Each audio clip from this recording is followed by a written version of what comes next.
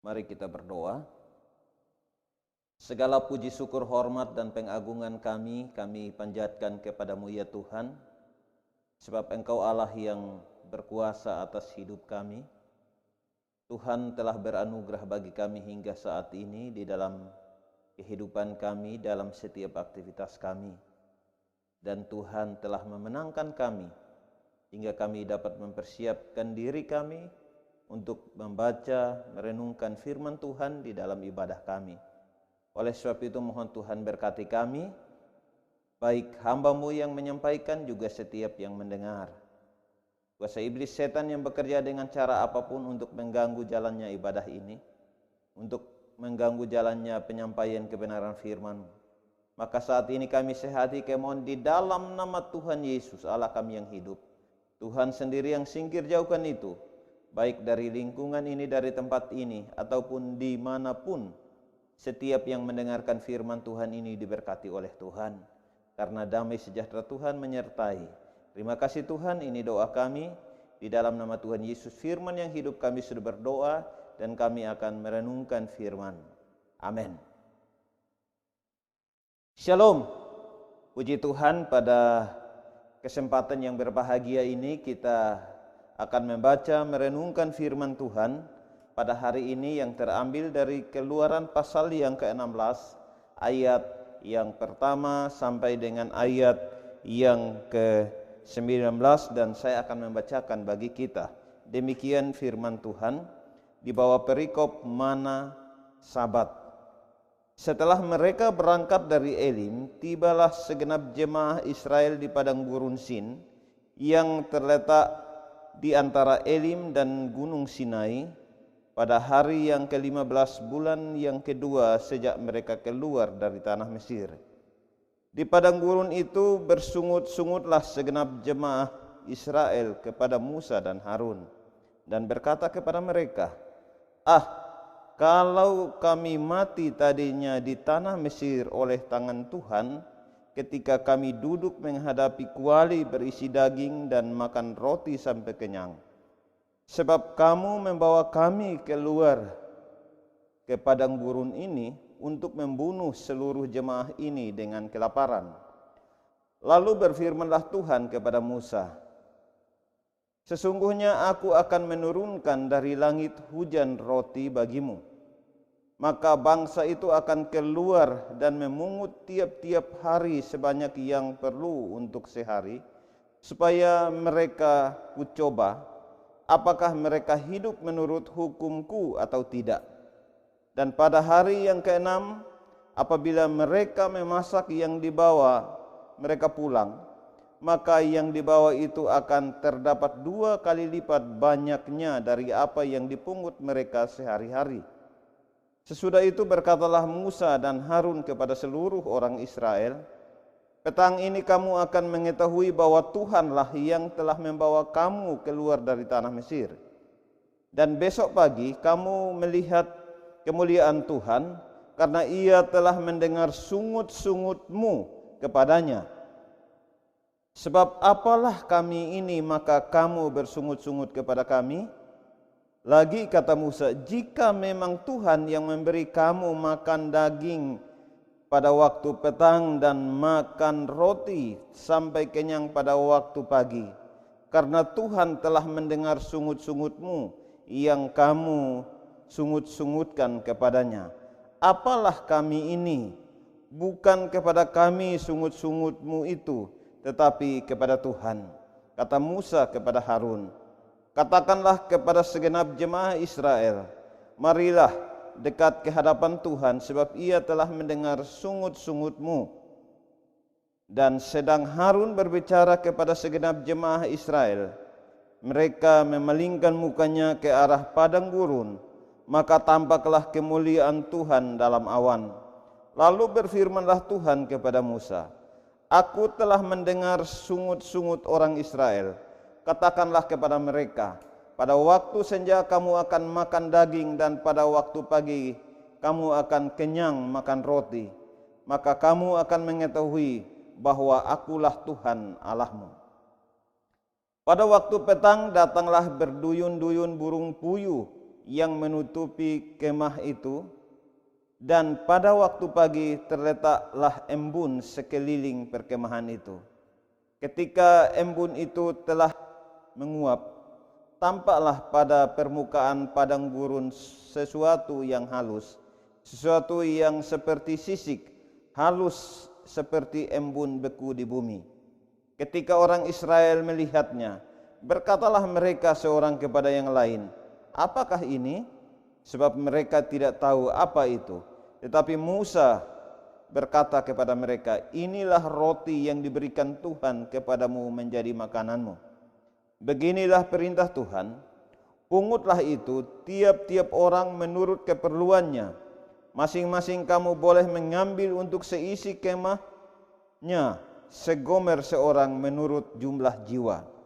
Demikianlah diperbuat orang Israel. Mereka mengumpulkan ada yang banyak, ada yang sedikit. Ketika mereka menakarnya dengan gomer, maka orang yang mengumpulkan banyak tidak kelebihan, dan orang yang mengumpulkan sedikit tidak kekurangan. Tiap-tiap orang mengumpulkan menurut keperluannya. Musa berkata kepada mereka, "Seorang pun tidak boleh meninggalkan daripadanya sampai pagi." Tetapi ada yang tidak mendengarkan Musa dan meninggalkan daripadanya sampai pagi, lalu berulap dan berbau busuk. Maka Musa menjadi marah kepada mereka. Setiap pagi mereka memungutnya, tiap-tiap orang memungut menurut keperluannya, tetapi ketika matahari panas cairlah itu. Firman Tuhan pada saat ini, pada hari ini saya beri tema Tuhan menyediakan. Tatkala krisis menerpa hidup dan masa depan seakan gelap, bagaimana supaya kita tidak kehilangan sukacita dan damai sejahtera? Saat ini kita sedang mengalami berbagai krisis, baik ekonomi, keuangan, sosial, dan juga krisis moral.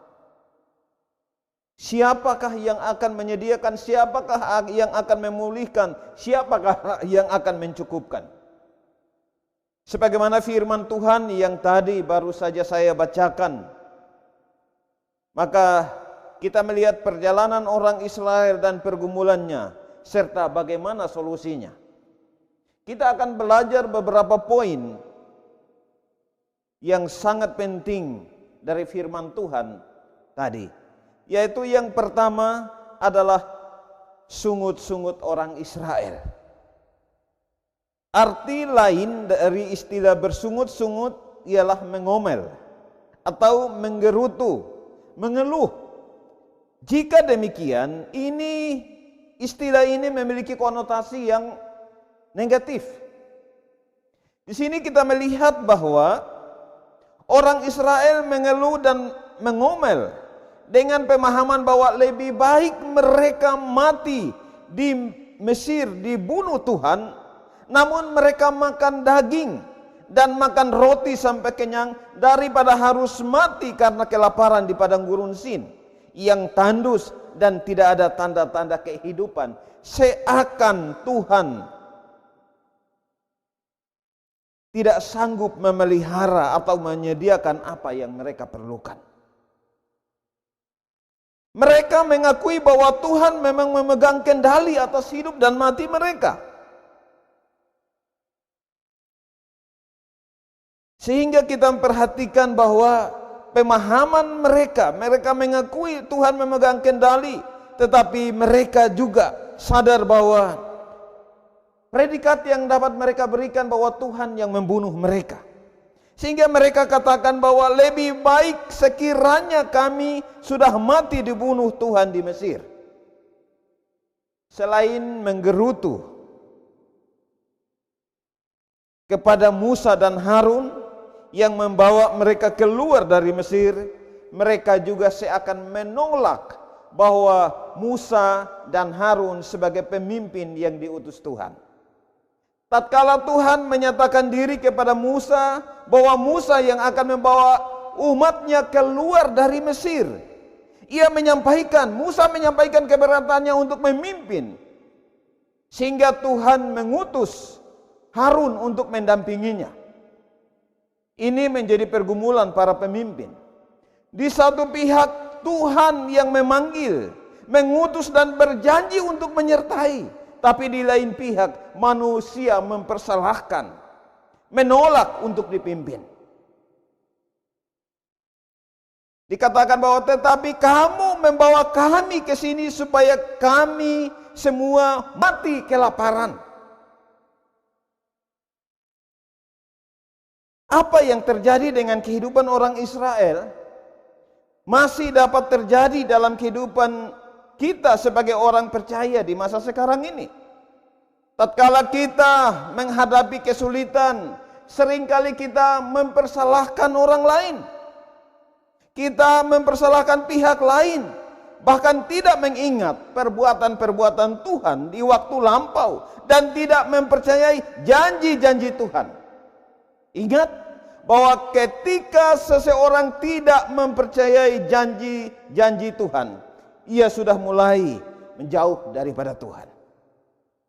Yang kedua, yaitu Tuhan mendengar mereka. Tuhan mengutus Musa dan Harun. Dialah Tuhan yang berjanji menyertai, sekaligus ia adalah Tuhan yang kekal dan hidup. Ia mengutus Musa dan Harun membawa orang Israel keluar untuk beribadah kepada Tuhan dengan berbagai tanda ajaib yang telah dilihat, yang telah dialami oleh orang Israel sendiri. Tindakan Tuhan itu karena ia mendengar dan memperhatikan penderitaan umat yang mengeluh kepadanya. Sejak orang Israel di Mesir sampai kepada bagian ini pun Tuhan tetap memperhatikan mereka. Bapak Ibu Saudara yang dikasihi oleh Tuhan, pada bagian ini kita melihat kebesaran kuasa kasih Tuhan yang dinyatakan kepada orang Israel, yang selalu memperhatikan, mempedulikan keluhan, seruan, dan termasuk sungut-sungut mereka. Di dalam ayat yang keempat dikatakan, lalu Tuhan berfirman kepada Musa, aku akan menurunkan makanan dari langit bagi mereka. Semua orang boleh keluar tiap-tiap hari untuk mengambil makanan sebanyak yang diperlukan. Tiap-tiap orang boleh mengambil sebanyak mungkin yang diperlukan. Yang perlu menjadi perhatian kita ialah bahwa waktu Tuhan mendengar, waktu Tuhan menggabulkan, waktu Tuhan menyediakan yang kita perlukan, yang pertama Tuhan menyatakan bahwa Dia itu hidup dan ada, hadir menyertai kita. Yang kedua, waktu Tuhan mendengar dan mengabulkan keluhan, termasuk sungut-sungut kita kepadanya, itu memang jawaban Tuhan untuk mencukupkan keperluan kebutuhan pada saat itu. Dan selanjutnya saat Tuhan mendengar, mengabulkan seruan, keluhan, pada saat yang bersamaan Tuhan mau menguji apakah mereka atau kita akan tetap setia dan taat kepada Tuhan atau tidak. Maka dikatakan bahwa waktu Tuhan memberi itu, Tuhan mau melihat apakah mereka menikmati itu, kemudian mereka taat dan mau tetap setia kepada Tuhan atau tidak. Bapak Ibu Saudara yang dikasihi oleh Tuhan, poin ini mengingatkan kepada kita bahwa terkadang yang kita minta kepada Tuhan hanya sekedar untuk kehidupan, kebutuhan, kesementaraan kita, kemudian kita lupa dengan Tuhan. Tetapi firman Tuhan ini mengingatkan kepada kita bahwa waktu Tuhan mengabulkan permohonan kita, seruan kita kepada Tuhan, itu Dia membuktikan bahwa Dia hadir, Dia ada, Dia hidup dan sedang memperhatikan, menjawab pergumulan kita. Di sisi yang lain, Dia juga mengabulkan itu untuk menguji ketaatan dan kesetiaan kita kepada Tuhan. Yang ketiga, menghargai setiap berkat Tuhan. Di dalam ayat yang ke-19 dan sampai kepada ayat yang ke-21.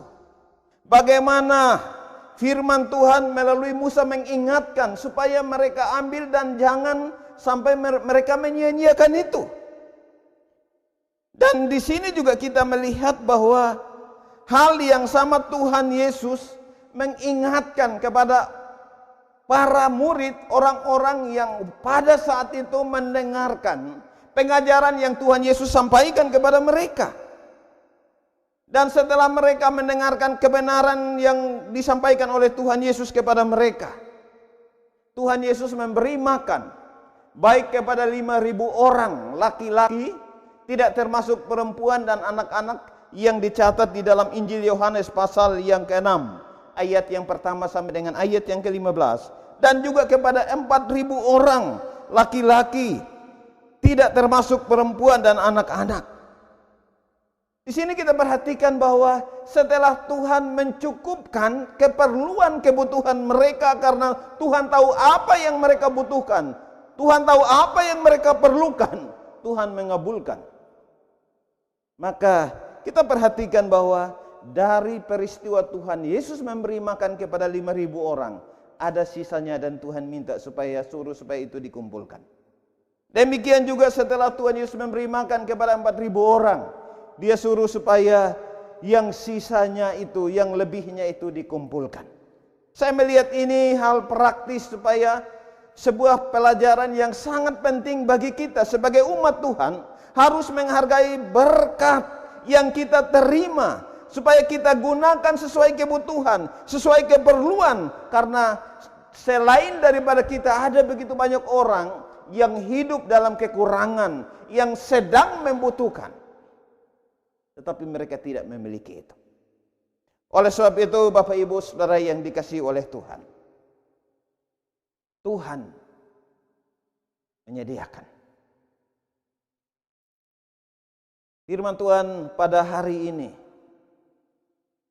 membawa kita kepada kesimpulan bahwa Tuhan yang menghendaki orang Israel keluar dari Mesir adalah Tuhan yang hidup. Tuhan yang berkuasa, pencipta alam semesta, dan senantiasa peduli untuk mendengar seruan umatnya.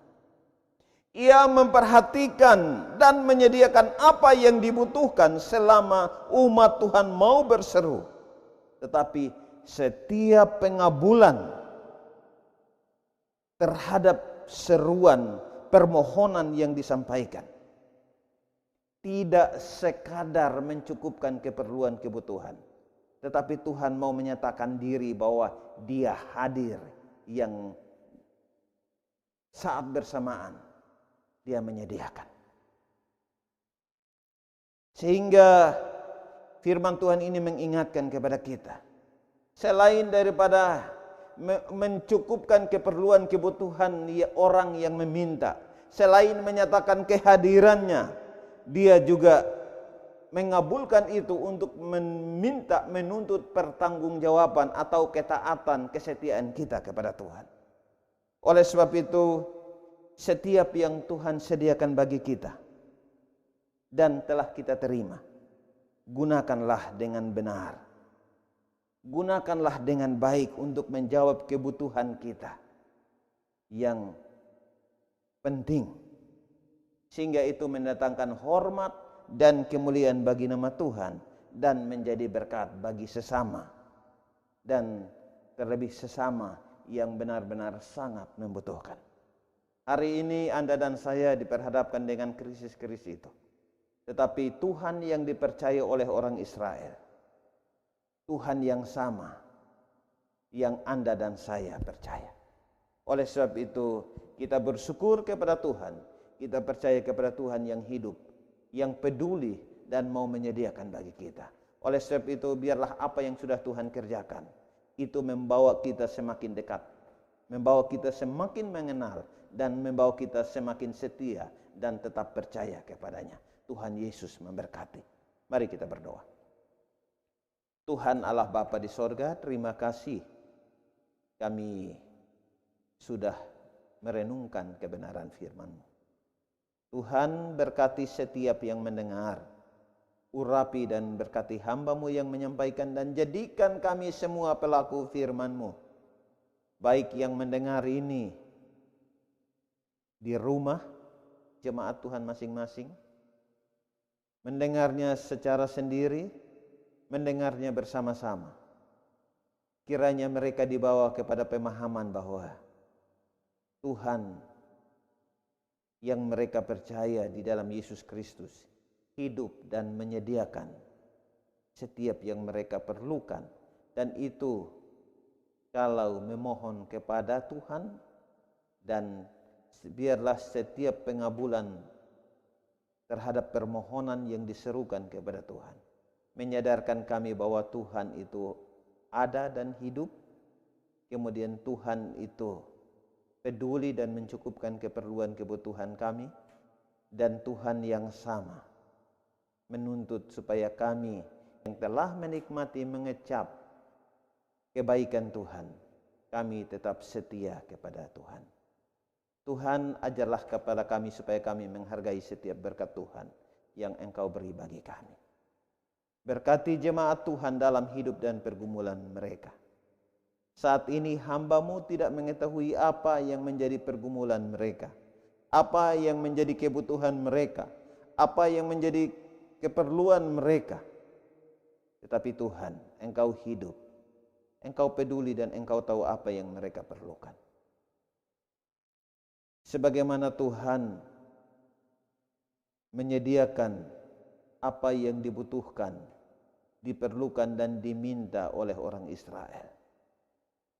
Tuhan, kami tahu bahwa Engkau hidup dan Engkau akan menyatakan kasih setia dan pemeliharaanmu kepada umat-Mu masa kini yang sedang menghadapi krisis baik kesehatan, ekonomi, termasuk sosial. Tuhan, pulihkan dan berkati kami umat-Mu, supaya kami hidup benar di hadapan-Mu di dalam kondisi tersulit sekalipun. Di dalam nama Tuhan Yesus kami sudah berdoa bersyukur kepada Bapa di sorga. Amin.